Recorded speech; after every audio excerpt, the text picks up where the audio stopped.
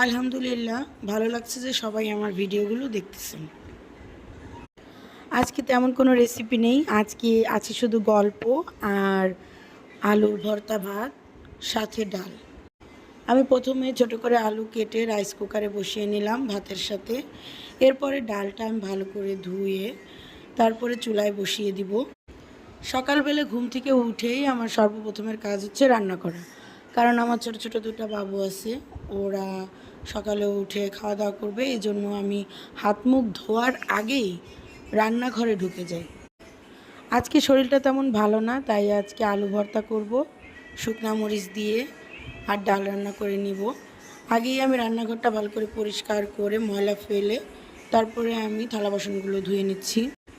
রান্নাঘরে ময়লা থাকলে, থালা বাসন না ধোয়া থাকলে কিন্তু একটুও ভালো লাগে না, রান্নাঘরে বেশি একটা যেতেও ইচ্ছা করে না। আলু ভর্তাটা আমাদের বাসায় সবাই পছন্দ করে, ওদের বাবাও খুব পছন্দ করে, কিন্তু সমস্যা হচ্ছে আমার বাবুরা খেতে পারে না। আলু ভর্তা একটু ঝাল হয়ে যায়, ওরা ঝাল একেবারেই খেতে পারে না। যাই হোক, তারপর আলু ভর্তা ডাল করে নিব। আমি ডালটা আমি তেমন ঝাল দেই না, ডালে আমি কখনোই কাঁচামরিচ দেই না। আমি পেঁয়াজ কুচি করে পেঁয়াজ দিই, আর শুকনা হালকা করে ভেজে শুকনা মরিচ ওটাই দিয়ে দিই, দেন এভাবেই আমি তেল ফুরানি দিই। এখন আমি শুকনা মরিচ কেটে নিচ্ছি। শুকনা মরিচটা কেটে ফ্রাই প্যানে তেল দিয়ে দিব। এরপরে আমি পেঁয়াজগুলো দিয়ে দেব, অল্প একটু পেঁয়াজ দিয়ে এটা আমি ভেজে নিব। ভেজে নিয়ে তেল ফুরানি দেব ডালে। আমি সুন্দর করে আগে ভেজে নিচ্ছি। আজকে ওয়েদারটাও অনেক সুন্দর, বাইরে প্রচণ্ড বৃষ্টি নামছে, আমার তো খুবই ভালো লাগছে। বৃষ্টিতে ভিজতে আমার খুব ভালো লাগতো। ছোটোবেলায় বৃষ্টি নামলেই দৌড়ে বাইরে বের হয়ে যেতাম, কিন্তু এখন আর বৃষ্টিতে ভেজা হয় না। লাস্ট কবে বৃষ্টিতে ভিজেছি এটা আমার মনেই পড়ে না।